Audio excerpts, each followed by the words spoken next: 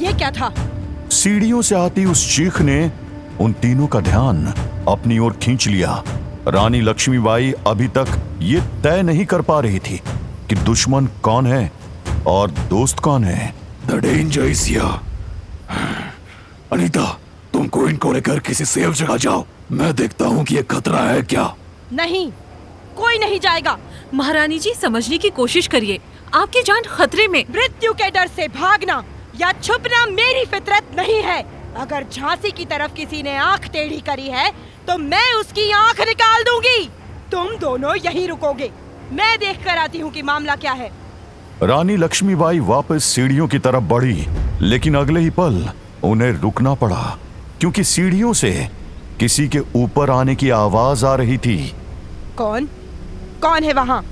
रानी लक्ष्मीबाई के प्रश्न का उत्तर मिला, लेकिन एक खौफनाक सी गुर्राहट के रूप में। उन सीढ़ियों से चढ़कर ऊपर आने वाला वही सैनिक था जिसे रानी लक्ष्मीबाई नीचे रुकने को बोलकर आई थी और कुछ देर पहले जिसकी चीख सुनाई दी थी। लेकिन वो इस समय कुछ अजीब लग रहा था। उसकी चाल धीमी थी और उसकी कराह खौफनाक। सैनिक, क्या हो गया तुम्हें? हाँ, ये क्या? रानी लक्ष्मीबाई ने अपने हाथ में पकड़ी मशाल आगे करी और उसकी रोशनी में जो उन्हें दिखा वो समझ से परे था। हे भगवान, इसे क्या हुआ है? व्लाद! अनीता ड्रैकुला की तरफ पलटी और चौंक पड़ी। ड्रैकुला अपना पेट पकड़कर जमीन पर घुटने टिकाकर बैठा हुआ था। व्लाद, तुम ठीक हो ना? नहीं अनीता, मेरी भूख मुझे परेशान कर रही है। इधर अनीता ड्रैकुला को संभालने की कोशिश कर रही थी, उधर रानी लक्ष्मीबाई सामने खड़ी गुत्थी को सुलझाने की कोशिश कर रही थी। सैनिक, क्या हुआ है तुम्हें? जवाब दो। मत। और अगले ही पल वो सैनिक रानी लक्ष्मीबाई पर टूट पड़ा।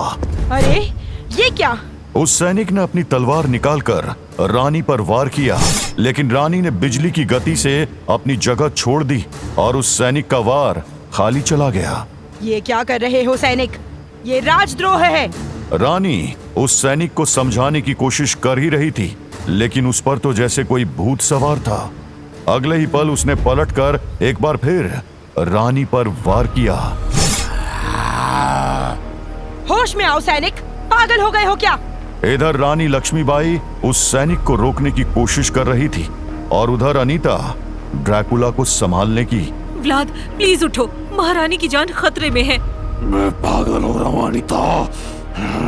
भाग जाओ यहाँ से, जाओ। नहीं व्लाद, तुम खुद को कंट्रोल कर सकते हो। अभी कुछ देर पहले तुमने किया था ना, फिर से ट्राई करो प्लीज। ड्रैकुला खुद से लड़ रहा था। कभी उसके पंजे नुकीले होने लगते तो अगले ही पल वो वापस नॉर्मल हो जाते, लेकिन हर बीतते सेकंड के साथ उसकी तकलीफ बढ़ती ही जा रही थी। उधर रानी लक्ष्मीबाई को अब समझ आ चुका था कि वो सैनिक अब उनका कोई आदेश मानने वाला नहीं था।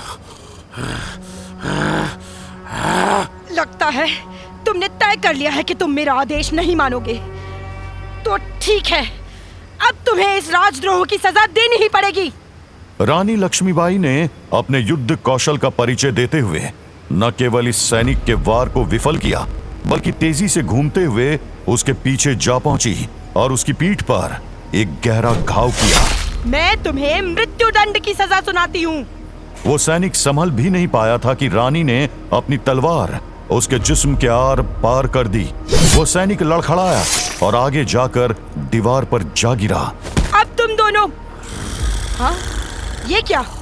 रानी की आंखें हैरानी से फैल गई, क्योंकि वो सैनिक दोबारा खड़ा हो रहा था और इस बात ने अनीता का भी ध्यान खींच लिया। ये कैसे हो सकता है? पर इतना ही काफी नहीं था, क्योंकि अगले ही पल सीढ़ियों से और कदमों के ऊपर आने की आवाजें आने लगी।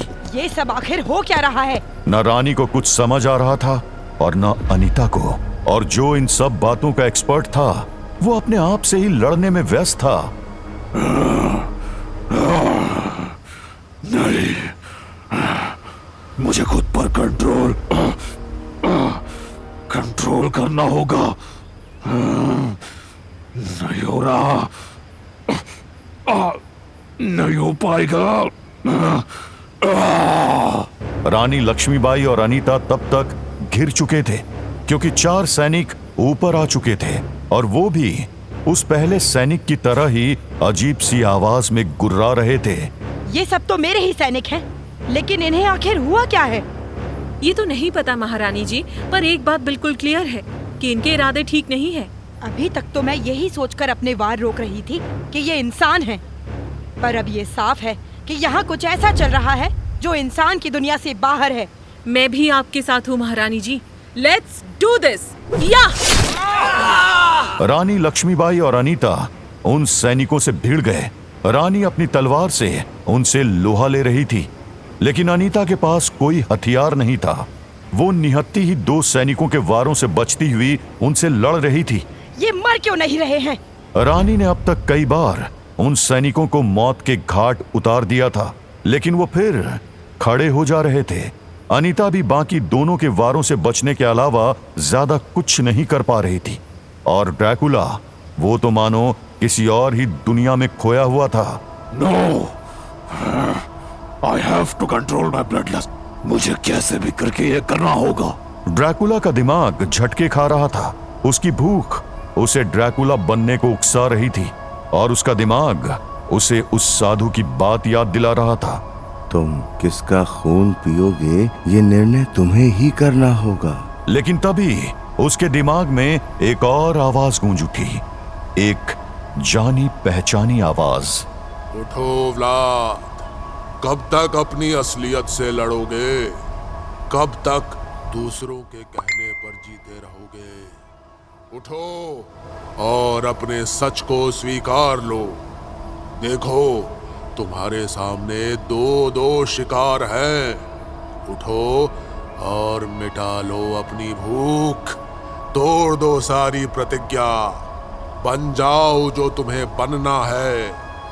उठो व्लाद, उठो और बन जाओ वो राक्षस जिससे सब डरते हैं। Dracula, rise! ड्रैकुला का दिमाग एक जंग का मैदान बन चुका था, ठीक वैसे ही जैसे वो बुर्ज इस समय बना हुआ था, जहां रानी लक्ष्मीबाई और अनीता 5 अमर सैनिकों से लड़ रहे थे। रानी तो अपने युद्ध कौशल और तलवारबाजी से उनसे लोहा ले रही थी, मगर अनीता के लिए यह सब कुछ बहुत मुश्किल था। और तभी एक सैनिक ने अनीता को नीचे गिरा ही दिया। अनीता उठ पाती उससे पहले ही वो सैनिक उसके ऊपर चढ़ चुका था। उसके हाथों में एक धारदार खंजर था, जिससे वो अनीता का सर काटने की कोशिश कर रहा था और अनीता उसे रोकने की कोशिश में लगी थी। छोड़ मुझे! रानी 3 सैनिकों से लड़ने में व्यस्त थी। ड्रैकुला अपने आप से लड़ने में लगा हुआ था और अनीता की तरफ मौत कदम बढ़ा रही थी, क्योंकि 5वां सिपाही उसके सर के पास पहुंच चुका था और उसकी तलवार हवा में उठ चुकी थी अनीता के सर के 2 टुकड़े करने के लिए। और अनीता के मुंह से एक जोरदार चीख निकल गई। अनीता की मौत तय थी, मगर तभी वो जाग गया।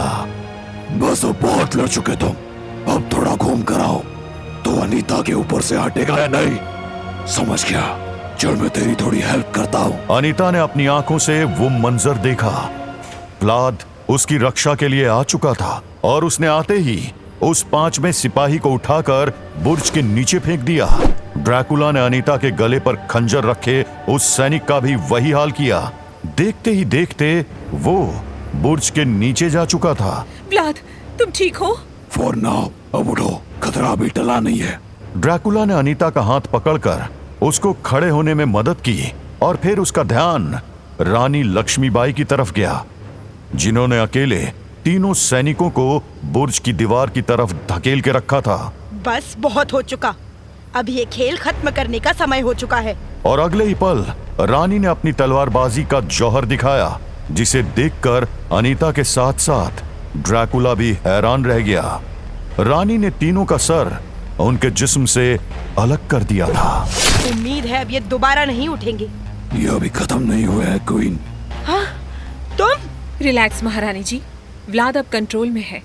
उस सब के लिए टाइम नहीं है क्वीन। क्योंकि खतरा ये सैनिक नहीं थे, खतरा वो ताकत है जिसने इन्हें ऐसा बना दिया।